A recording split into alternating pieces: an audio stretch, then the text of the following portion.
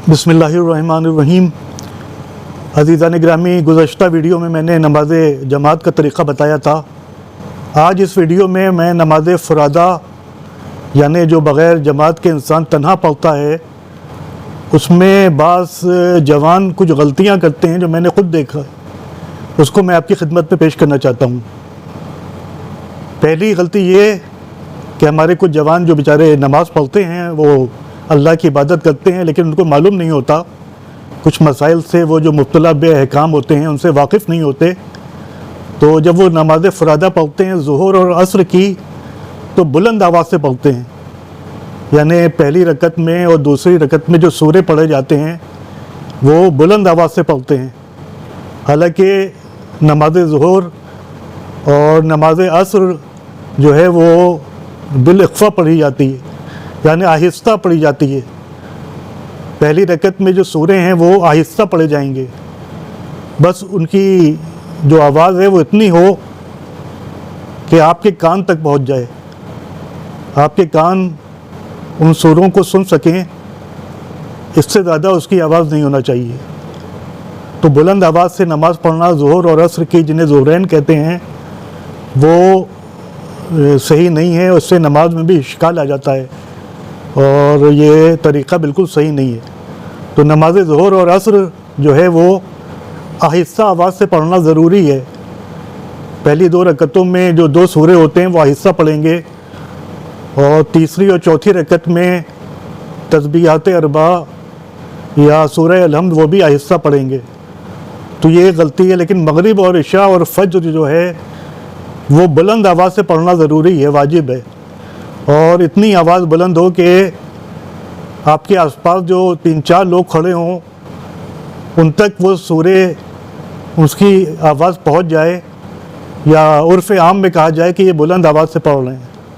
तो ये एक बड़ी गलती है। इसकी इस्लाह हमारे जवान जो कुछ नमाज के बहुत ज़्यादा ज़ौक़ रखते हैं नमाज का और नमाज के पाबंद होते हैं, तो नमाज ज़ुहरैन आहिस्ता आवाज़ में पढ़ी जाएगी।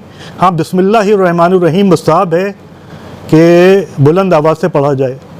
हमारी फ़िक़्ह में बिस्मिल्लाहिर्रहमानिर्रहीम जो हर सूरे से पहले पढ़ा जाता है वो बुलंद आवाज़ से पढ़ा जा सकता है, लेकिन जो दोनों सूरे हैं, सूरह अल-हम्द और उसके बाद कोई दूसरा सूरा, वो नमाज ज़ुहर और असर में आहिस्ता पढ़ा जाएगा, बस इतनी आवाज़ हो कि आपके कान तक पहुँच जाए।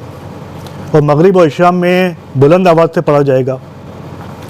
तो जो हमारे कुछ लोग ये गलती करते हैं वो इसकी इस्लाह कर लें। इसके अलावा मैंने देखा है कि जब बाज़ इंसान नमाज़ पढ़ते हैं तो वो अपने जिस्म को, अपने बदन को बेजा हरकत और बेजा मूवमेंट देते रहते हैं। अब वो लाशऊरी तौर पे ये करते हैं, या उनकी आदत पड़ जाती है कि कभी वो अपने बटन को सीधा कर रहे हैं, कभी वो अपनी शर्ट को दुरुस्त कर रहे हैं, कभी वो अपनी घड़ी को दुरुस्त कर रहे हैं, कभी वो अपने जो अपनी बेल्ट होती है उसको दुरुस्त कर रहे हैं। तो ये मुनासिब नहीं है। नमाज में हमको बिल्कुल स्ट्रेट खड़ा होना है और हाथ हमारे ज़ानू पर होना चाहिए, और बिला वजह हरकत और मूवमेंट देने से बचना चाहिए।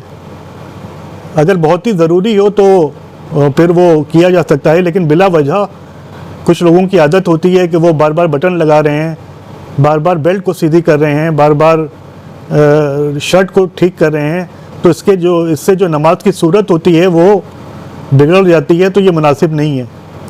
और तीसरी एक चीज़ जो हमने देखी है, कुछ लोग वो करते हैं, सब तो माशाल्लाह नमाज के मसाइल से वाकिफ़ हैं, कि जब आखिरी रकत में यानी नमाज फ़ज्र की दूसरी रकत का तशहुद और सलाम पढ़ते हैं, या नमाज ज़ुहर और असर की जो चौथी रकत होती है उसमें जब तशहुद के बाद सलाम पढ़ते हैं, तो उसके बाद मुस्ताहब है कि अल्लाहु अकबर अल्लाहु अकबर अल्लाहु अकबर कहा जाए। लेकिन वो अपने ज़ानू पर हाथ मारते हैं, अल्लाहु अकबर कहकर अपने ज़ानू पर हाथ मारते हैं, कि जिससे आवाज़ जो है वो मस्जिद में या कमरे में गूंजती है। तो ये भी तरीक़ा सही नहीं है। बस ऐसे कर लें, आवाज़ नहीं आना चाहिए, वो बुरा भी मालूम होता है और उसका हुक्म भी नहीं है। तो ये अल्लाह की जो इबादत है नमाज, उसके अहकाम हमको सीखना बहुत ज़रूरी है। और वालिद मरहूम मौलाना कल्ब सादिक साहब वो जब मस्जिदों में नमाज़ पढ़ने जाते थे तो जो पेश इमाम होते थे उनसे गुजारिश करते थे कि आप नमाज मगरिब पढ़ा के या नमाज ज़ोहर पढ़ा कर दो दो मसाइल, शरई मसाइल, फ़िक़ी मसाइल बयान कर दिया करिए ताकि हमारे जो जवान हैं, हमारे बच्चे हैं, वो फ़िक़ी मसाइल से आशना हो जाएं। तो मेरी भी गुजारिश है तमाम उलमा से, तमाम पेश इमाम हजरात से कि वो फ़िक़ी मसाइल बहुत से लोग बयान करते हैं, लेकिन अगर हर मस्जिद में ये सिलसिला शुरू हो जाए कि 2 मिनट के लिए जो मुब्तला बे अहकाम है वो बयान कर दिए जाएँ, जो ज़रूरी अहकाम है वो बयान कर दिए जाएँ, तो जो नमाज में गलतियाँ होती हैं ला इल्मी की वजह से वो इंशाअल्लाह दूर हो जाएंगी और हमारे जवान जो हैं वो नमाज के मसाइल से इंशाअल्लाह पूरी तरह वाकिफ़ हो जाएंगे या जो ज़रूरी अहकाम है उनसे वाकिफ़ हो जाएंगे। तो बहरहाल ये नमाज का तरीक़ा है। अल्लाह की बारगाह में दुआ है कि वो हमारी नमाज को कबूल करे और हम सबको नमाज गुजारों में शामिल करे और इंशाअल्लाह हमको आखिरत में हज़रत रसूल खुदा सल्लल्लाहु अलैहि वसल्लम और उनके अहले बैत की शफ़ाअत नसीब हो। वालेकुम अस्सलाम व रहमतुल्लाहि व बरकातुहू।